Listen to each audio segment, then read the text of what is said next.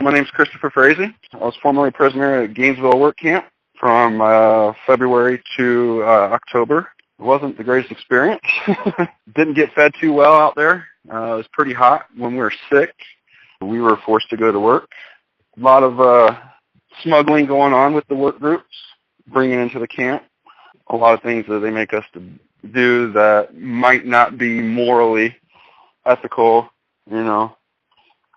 They feed a extremely high starch diet, which doesn't leave you feeling full for very long. They restrict our commissary a lot. The prices are gouged. Like the ramen noodles, they're ridiculously high. I could think of one guy in particular that was severely mentally ill. Have no idea why he made it to that camp. There was a guard that liked to pick on him, liked to pick on everybody for that matter, was very condescending to the inmates. That guard actually picked a fight with him at night while we were all sleeping. A guard called him into the showers where there was no cameras. The worst part would be the lack of empathy. They were slave drivers and they were very mean about it. And then if we don't want to work, they'll take you back to the camp and say, let's say we're not feeling well. Okay, you don't want to work. They lock you up in handcuffs and they take you over to Lancaster and they put you in the box for however long they want. I was out on a DOT work crew, and the Occupy Prisons Gainesville was out there supporting us. They just so happened to film me and a few other inmates out there working, and I gave them a thumbs up, and I wasn't on the video more than 2 seconds. And I ended up shipped over to Lancaster camp and put in the box for 15 days with no explanation. It was the worst 15 days of my life. They absolutely freeze you out of there. They won't let you stay underneath the covers. I never thought in my life I would say that air conditioning was torture. Gang sergeant came to speak to me about it because he was saying that because I gave them a thumbs up, I was supporting a terrorist group. Explained to him that one of his drivers, which was on a work squad, when one of the inmates went to give one of the protesters fist bump, the officer actually hit the protester with the van, and there was a big deal about it. And the lieutenant, while our driver was on the phone with him, was suggesting that he brake check the person behind us that was following us to the next spot and smash their car. But he did not.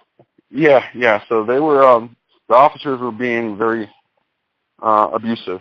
Next place I was working for DOT, busting up sidewalks, and that's pretty labor intensive. I have a heart condition, and it mattered to them none that I was out there with that kind of stuff. When I was on the DOT crew, that's where I've seen some really wasteful spending with the state. We'll go out sometimes on some jobs, and we'll just drive all the way out and sit in the truck for hours and hours and hours and do nothing. But meanwhile, the officer is getting paid by the state to babysit us. And when I said something about it, it was, oh, we got to spend it to get it. You know, they fire up every one of their trucks just about every day and just let them idle all day, regardless if they leave the DOC compound, and they just waste fuel all day.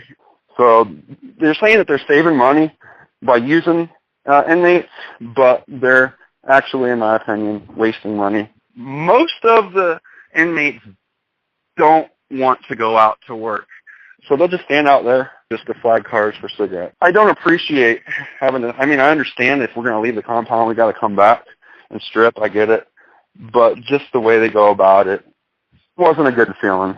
I don't like bending over, I don't like spreading it. There's a lot of people that go out there in the work squads and keister stuff and bring it back into the compound, and they bend you over hoping that they're going to see something, but if your muscle down there works, it's not going to come out. So I don't really see the point in doing that to us. It's ridiculous.